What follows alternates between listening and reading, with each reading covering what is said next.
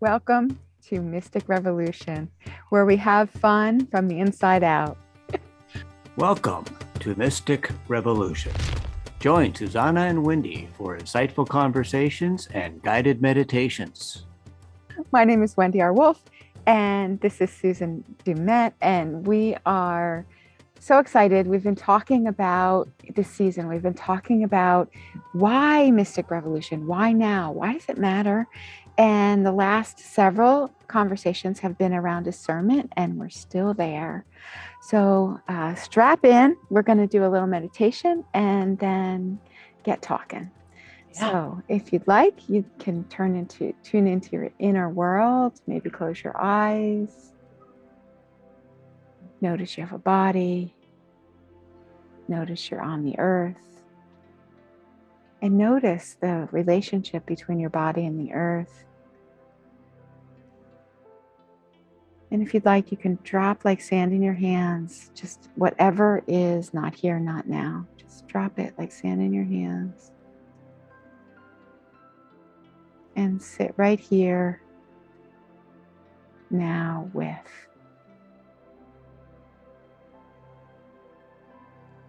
Let's bring our attention to the center of our head, behind and a little above your eyes, behind the third eye, between the ears and up a little. Just rest your attention like a little spark of light. Relax your eyes. And we're being one of the ways that we can be centered and present together.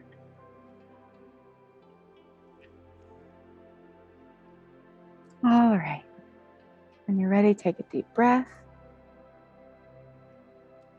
And you can stay in this meditative state while you listen, or you can open your eyes and play more in the conscious level.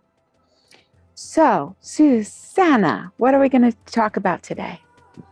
Well, we're continuing the discernment discussion, and I think we've laid out, pretty clearly what it means and what the state might look like or feel like.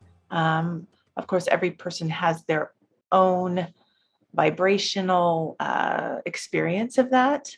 But as we said in the last episode, when you feel that kind of uniting or locking in of the body and the mind and spirit, you just kind of know. And out of that knowing place, we can make clearer decisions. We can assess situations outside of judgment or our own stories. And if we're a mystic, we can give more accurate readings for ourselves and others. And all of these things actually make life a lot easier. So we talked about some of those things that become easier in the last episode. One of the things that you brought up in a previous episode is the idea of, honoring what's yours and what's not. Being able to differentiate between what's yours and what's not. And sometimes that's really hard, especially if there's a lot of emotion attached to something, especially if we've our brains have gotten into a system or a pattern of believing a certain way or of thinking a certain way, or of assuming that this group of people, this kind of thing, that's what they are. We get caught in these traps, or I'm just calling them prisons, that keep us from experiencing more of who we are and more of who other people are and the world at large. But we're taking in so much information all at once. So how do we choose what works and what doesn't? What's mine? What's yours? That's where discernment comes in. And as we discussed last time, it's an intention, it's a practice to actively look at all of this information that comes in from sort of a bird's eye view or an objective observer view. when you're able to, some people might call like uplift and sort of look down on it, or if you're able to sort of stand back and detach yourself, your ego and your emotions from what's happening or whatever it is, you get a bigger picture of all that is, and then you can tune into clearly what is yours and what is not. You might recognize it automatically. Well, obviously, all of this stuff belongs to Wendy. I'm just So kidding. clear. It's Her and her so clear. So Wendy, and oh, look at this pile of crap that's mine and that I haven't tended to and that I put off tending to because maybe I haven't been taking responsibility. And that's been messing up a lot of my life decisions and engagements and encounters. But that gets hard because, right, especially in relationships, if you do something or someone does something and it hurts your feelings or it makes you mad, whose is it? Whose is it? We are trained to point the finger at the other, right? Whether it's an event or a person. Mm-hmm. If only that didn't happen, if only that person, whatever, wasn't around or didn't say that thing, then I would feel better. Yeah. And there is some truth to that. I'm not saying that there isn't. And if there is trauma or deep hurt out of it, then there's some deeper tending to do for sure. But ultimately, we're the only ones who can change how we feel. Unfortunately. No. Right. No, fortunately. Right. Yeah. Well, and one might think it's unfortunate or unfortunate. It can be both, right? Yeah. But ultimately, knowing that, it puts us more in the driver's seat of our experience. Yeah. And with discernment, we can tune into, okay, well, this is Wendy's, this is mine. I can choose to, in any given moment, right, say, the stuff that feels like it's not mine, I'm going to set it aside. I'm going to set that aside. Doesn't mean it's not important, it's not relevant, but for the moment, I'm going to set it aside and look at what I've got. Look at what I've got on my plate. Mm-hmm.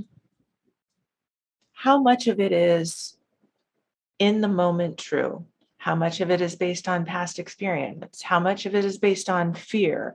Mm-hmm. How much of it is based on just differences just basic differences that I might have with another person that there's like zero judgment on? It's just they're different. We get more clarity on that. And then we can look even deeper. How much am I letting that thing, that feeling, that story, that difference drive how I engage with the world? Yeah. And what it comes down to then is what am I making matter? What am I making matter in my day-to-day engagements or interactions? What am I making matter in this relationship? Mm-hmm. Am I big focus on how, different we are, or how that thing that person did a year ago really hurt me? Am I letting that impact my own self from moving forward, either with this person or into another relationship? Discernment, being able to take all of that and just kind of like, it's almost like, let's just empty our pockets. Let's just throw it all on the floor. Yeah. And just walk around it and just look at it. Oh, isn't that interesting? There's so many things you start to notice about what seems overwhelming or like a jumble or like it's their fault. There's so many things you start to notice that can help you find a way through that honors your truth without making it harder than it has to be. Oh, that's a good one. Oh, that's a good one. Can you say that again? I think so. Honors. Honors your truth without making it harder than it has to be. And this is where I sometimes like to talk about problem energy.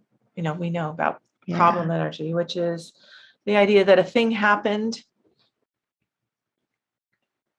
and there's the energy of the thing that happened. And then from our perspective, there's, our emotions about it. There's the emotions of the story that this triggers for us, right? A thing happened and then we get triggered or heightened emotion, and then our mind starts going, see, this always happens, or see, people like this always do this, or whatever your story is.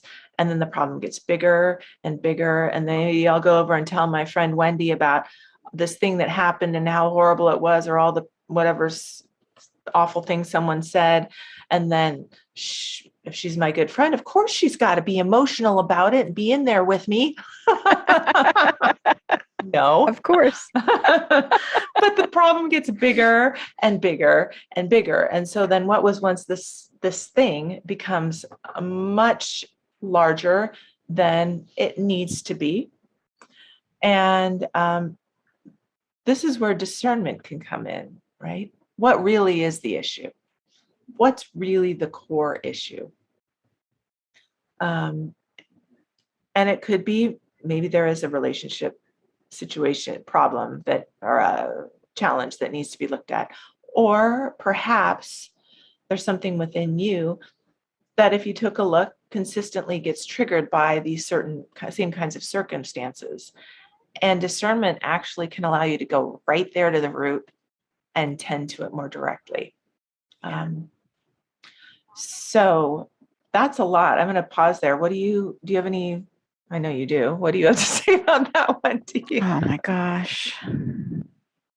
One of the things that you're kind of pointing to is some victim energy. It's happening to me. They're doing it to me. This always how it is. And not that victim experiences aren't real, but there's a tendency, just like problem energy, for that that ball to keep rolling down the hill and getting bigger. Yeah.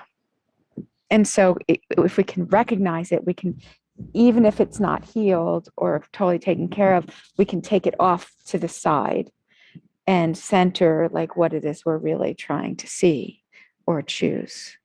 Absolutely. And I think, to your point, like the picture of the ball rolling down the hill, absolutely people are victimized. And this is not to take away from that. I can have the experience of being a victim, of experiencing trauma, and with help or through choice or whatever, right? I can start to get an idea that maybe it's not all downhill from here. Yes. And that I can still be tending to the part of myself that was victimized while also finding my core strength, finding my sovereign self that is not entwined in the victim, like the truth of who I am outside of being victimized, I guess. Mm-hmm. Yeah, right? Outside the victim experience. Right. Yeah. And we're definitely going to do a show or two about this. This is so important. And Wendy and I both work with people who've been through terrible trauma. So we understand, right? There is a lot that has to be tended to when that happens. Yeah. But part of healing is allowing the opening of the truth of your life, of your soul, that has not been victimized. Like the two can exist together. And I think we get back to mystics, and the idea of mysticism is that you can hold all of that. Yes. You can hold all of it. And as you're holding all of it, you can look at it from different perspectives, and you can start using discernment to unravel and untangle the parts and pieces and choose what matters and heal and release that which doesn't. Yes. Yeah. So, Yeah. So I guess that kind of leads into a next topic. We've talked a little bit about perspective versus projection. And I think this is a really important topic. Like, I don't care how well versed a psychic or a healer is, keeping oneself check in this is really, really important. It's so easy to let one's own experience, my personal experience, one's own experience shape a reading or impart on a healing. And that doesn't mean, I'm not saying like if I've had experience, let's say using energy work to heal a migraine, my experience of that is relevant to working with other people. But the reasons behind my pain experience, or even the story of my own healing, isn't relevant to the person that I'm working with. mm-hmm. And the practice of discernment allows us to get to that objective observer space, which is where we want readers and healers to be operating from, where we want doctors, where we want teachers. Like, that's Friends, lovers. Right? Friends, right? Lovers. Like, being able to pull back and see all that is as it is, and then hone in on the things that, right, need tending care and attention. Yeah. Right? Can you imagine if all of your friends and lovers could look at you objectively and not get caught in, maybe a bad moment you had and like define you by that? I mean, Yeah. I'm not saying that happens all the time, but it does happen. People have bad moments, and then they get horrifically judged, or they have a bad year, or whatever, and they're more than that. Yes, each one of us is. Yes, each one of us is more than that. Yes. Right? And if someone is a danger to themselves or others, then specific action should be taken out of discernment. Right? Yes. What is the best action to take around this? So discernment, it's kind of my favorite thing. Yeah, I'd like to hear more. Do you have more about perspective and projection? Because it's so useful. Well, I think an important thing to remember, I might have said it before, but every person on the planet is living their own reality. And we don't like to think that. We want to think we're all having the same experience. You're here with me, so we must be having the same experience, right? We must be on the same page. But even if you and I agree about most everything, you're seeing it differently. I'm hearing it differently. You're feeling it in your body differently. I mean, all of these things, right? You're looking through it in sunglasses.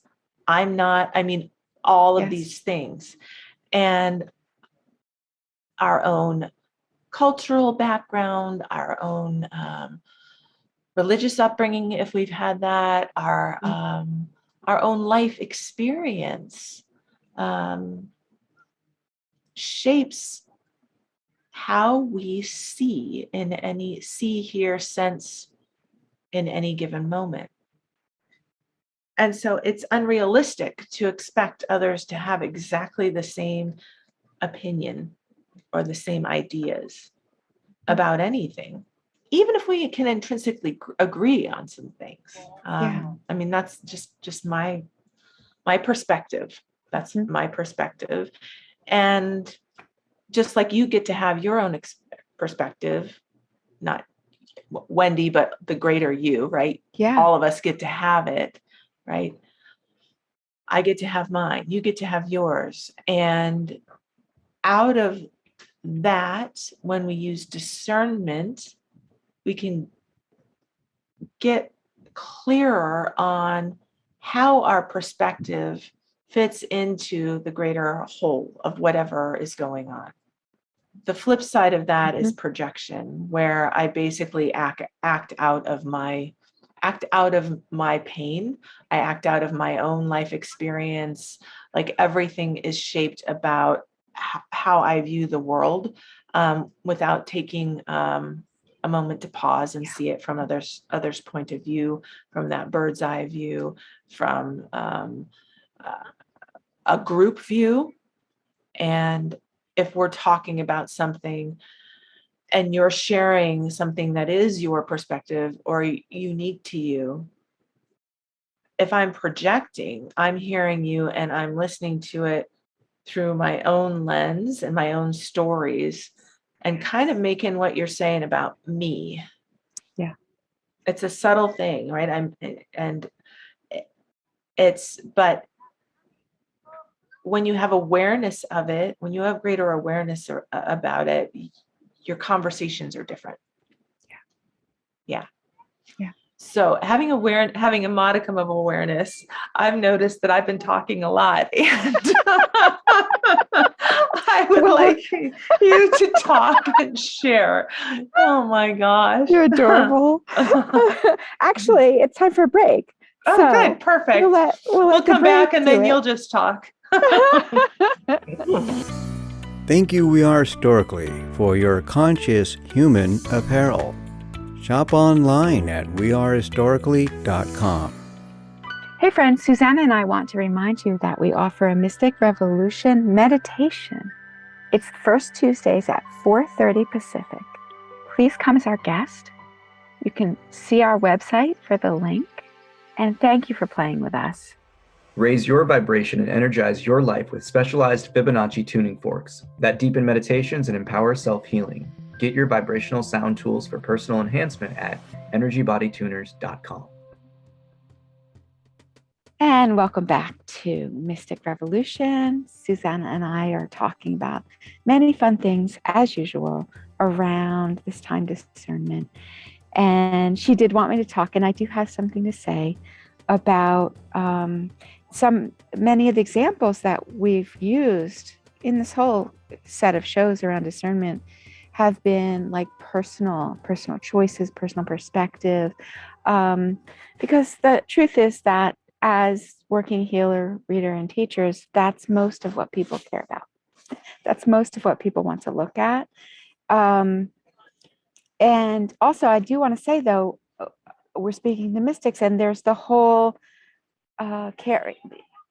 cleansing off what we perceive we're receiving from our source or spirit, and cleansing off what we perceive we're experiencing from spirit beings like angels or masters like Jesus or Buddha. Like how do we, everything we're saying applies to that too. I just want to say that everything we're saying applies to it too. The particularly religious programming, I must say, that it has to be like this sacred book. It can't be different than this person says or this preacher or whatever. But everything we've said, the projection, the what we expect to be perceiving, what we've always heard. Like my experience is that my direct experience of the divine actually changes over time. Just like when children grow up, our perspective of our parents changes. It's one way to put it. My favorite Christian teacher used to talk about the changing face of God. And it's a thing. And it's a thing for mystics. And so are we letting our old experience of the divine, our old experience of Buddha or Jesus or whatever, affect us and color what's really happening now? So everything we've said applies also to kind of the deep spiritual experience that's a little different than just trying to decide, about my career or whatever, or my relationship. But it's really the same set of things to say hello to. And even, the coloring if I'm wearing colored glasses, the coloring, what's known around a lot of mystics is that the mystic experiences the spiritual reality through the religion or through the cultural expectations. And so we can hear that and say, oh, that person's speaking through the Sufi tradition, or they're speaking through the Christian tradition, or they're speaking through the Jewish tradition. And that's great. As we clear and clear and clear, that might change, and it might become even more, have more or more transparency, more clear light in the experience. So anyway, what do you have to say about this, Susan? Well, I think, it's so important to note that. And the inner experience and your own tending to thoughts and feelings, I mean, it's inextricably entwined with your mystical experience, your relationship with the divine. And, as you know, the more you tune in and just start looking and listening and being present and letting your soul senses inform you, soul senses, the gifts from the divine, whatever you want to call them, inform you, as you allow other things, right? The news, science, books you've read, people you admire. It all starts growing and evolving together. And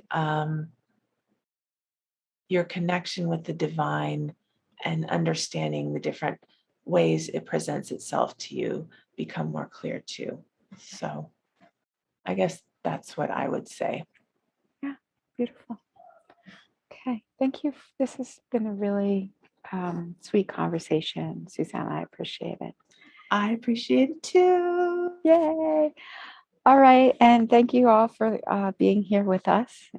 And before we're done, let's do a little meditation.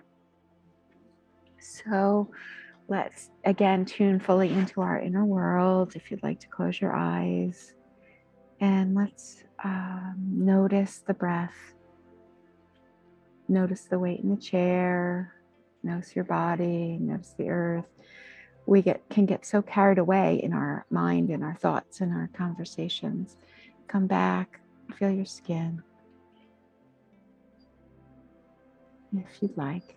And again, I'd ask you to keep the information that really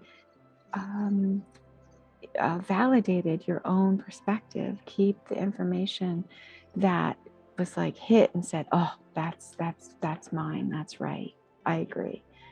And anything that didn't, you can just let it sit on the shelf, and maybe it'll inform you later, maybe it won't. If there's things you don't like, just drop them. It doesn't matter. We're here to help you have your own mystic presence, your own discernment, and your own experience of what mystic revolution is for you. Good. And yes. Let's let our information come back to us, our words and our energy, come back to Susan, come back to me. You just give us a flower, and we're giving you a flower, your information and energy back to you.